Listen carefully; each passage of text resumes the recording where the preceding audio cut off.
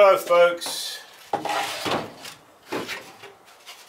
I fired the kiln last night, my kiln here, my gas kiln, glaze firing, and we're just going to, Jennifer and I are going to unload it.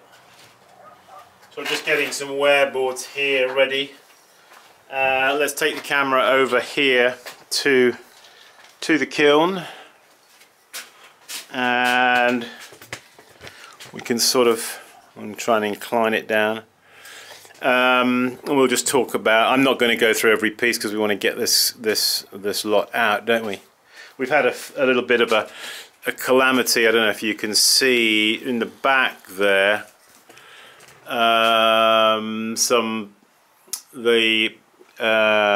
brick that these guys here were sat on has bent. It wasn't refractory enough to withstand the temperature, unfortunately. Hey, we take a risk every once in a while, don't we? So, first thing we want to look for, of course, when we open a kiln is to look at the glazes to see how they've matured. That's one thing. To look for any obvious defects. Well, we can see that there. We don't know if there may be other things down below.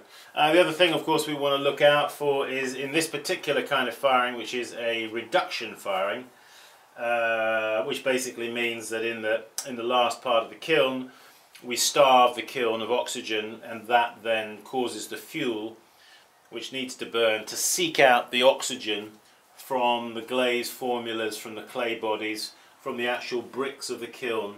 It's sucking and drawing oxygen, and that in turn changes the nature of the clay and the glaze. So what I'll do is we'll just comment on these very quickly.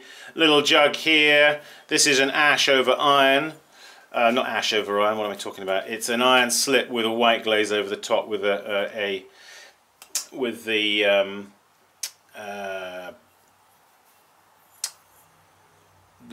iron trying to break through but not succeeding, only on the lip here a little bit. Could have been a little hotter perhaps, or perhaps the white glaze on top not quite so thickly applied, and that would have given us again, wax resist here, quite pleasant in its way, a little bit quieter than if it had been a little bit hotter, or B, a little bit more thinly applied. That there. Now that one's quite nice, isn't it? That's come out quite well, I think. It's a very, very versatile glaze combination, that the iron slip. These again, the foxglove here, which I generally do in memory of my dad, David Leach, which we used to do at the Lower Down Pottery. Looking for a nice bit of iron here. In fact, I realised that I've been working with an iron oxide, which is natural iron oxide, and I should have been using synthetic iron oxide, especially for the decorative. Again, this is the same foxglove, but instead I've done it with cobalt. The blue is a little bright, I need to tone it down a little. My gosh, you see how violent that blue is. You see, it's very. Of course, this blue pigment is is toned down anyway with manganese and iron oxide. So. Yeah, little small tankard mug there. Yeah, seems to be reduced okay. Again, but not really kind of popping, not really breaking through that iron slip. The cone, which we will come to, went over nicely, bent over, but it didn't snake. You know what I mean? You know, when it snakes, it didn't do that. That's quite a nice little one. I think that works quite well. Thank you. Wax resist here, little flecks you see done in wax, and then dipped in the iron slip, and then bisque fired, and then again same story.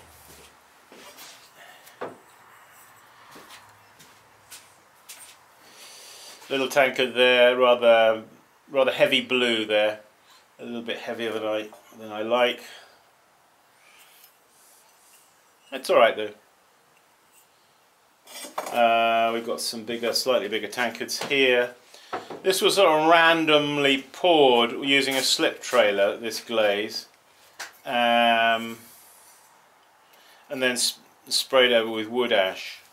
That's another kind of decoration that you can do. Again, here this is sort of like with a spoon, just randomly poured, you see.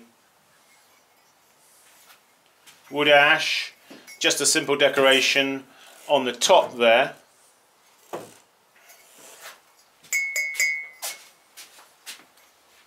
This is all cone 10 reduction. Here this is interesting, I don't know if you can see this, and I'm not quite sure why it's doing that here, but you see the wood ash here that I sprayed over. I've never had this happen before, to be quite honest. It's gone sort of like a brown muddy. You see that there? That's strange. I don't quite know the answer to that, to be honest. Alright, well that's food for thought. See what I mean? It's gone also a little bit that brown now. I've never seen that before. Maybe it's something to do with the wood ash. This is 3 times washed wood ash. Okay, more tankards. Tankards, everybody wants tankards. People writing to me say, Simon, we've got any tankards? These are some little tankards here. You're not going to see this too clearly. There's a man on the front here on a medallion. Is that a better one? I think that one shows up a little bit more. This is our local Inglebean cafe down here in Milheim. I did a stamp there for that, or rather, Don did a stamp for me. Thank you, Don. Don is the man. Now we're getting to this interesting part here. You see? Oh, yes, I like that. Perhaps sculptural piece. That's all because that we'll have to carefully try to separate those, or sell them as one unit. Yeah. Oops, we came apart there anyway. Special Simon Leach sculptural piece. Right, so now you see the you see what happened to that brick. Wow.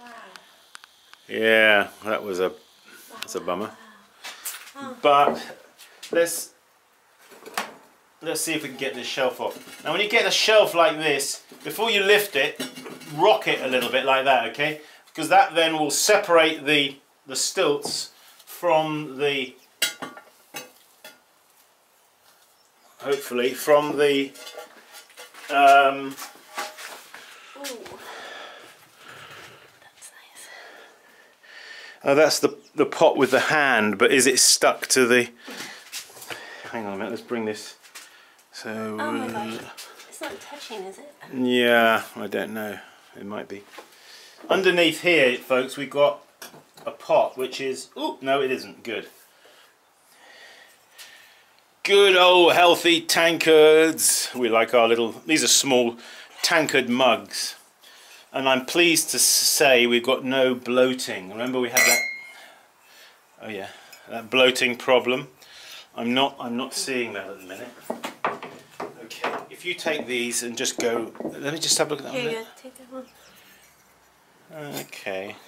They look really lovely. They've come out quite well. Oh, yeah. Stick them on the board there. More of the Inglebean mugs. When you have pots straight out of the kiln, you can always grind them off like that, base to base. Okay, now in here, in this little arrangement, I did a... Oh. It's a beauty. See if you can guess what that is. That's Oh, that's with your hand. that's the one I told you. You know, I just got the glaze and I just went like that. I just felt to do that. You know. Well, we just take those and put them in that red plastic. Nice little number here. Oh, nice treatment on the handle. Yeah, different little bit of decoration there. Yeah, they come out pretty nice. On the whole, this is the one with the lemon zest treatment and wood ash sprayed over the outside. Another one, another one, and another one, and another one. Yeah, that wood ash is just wood ash out of my fireplace, and it's this has got a little bit of combing. These are the 14-ounce pitchers. Remember we did a video of those.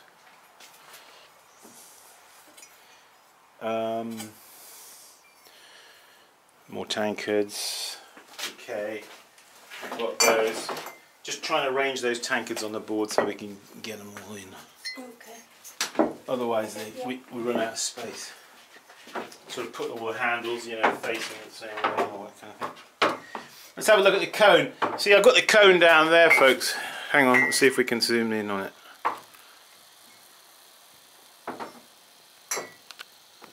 Okay, that's cone 10. You can see, you see my spy hole there. That's my spy hole. It's rather small, isn't it? It really could do with being a little bigger. It's the spy hole. It's not really meant to be a spy hole, but it was a small. Yeah, these bricks are not. Look at that, man. These ones are not. Look at that, all bent about. Gosh.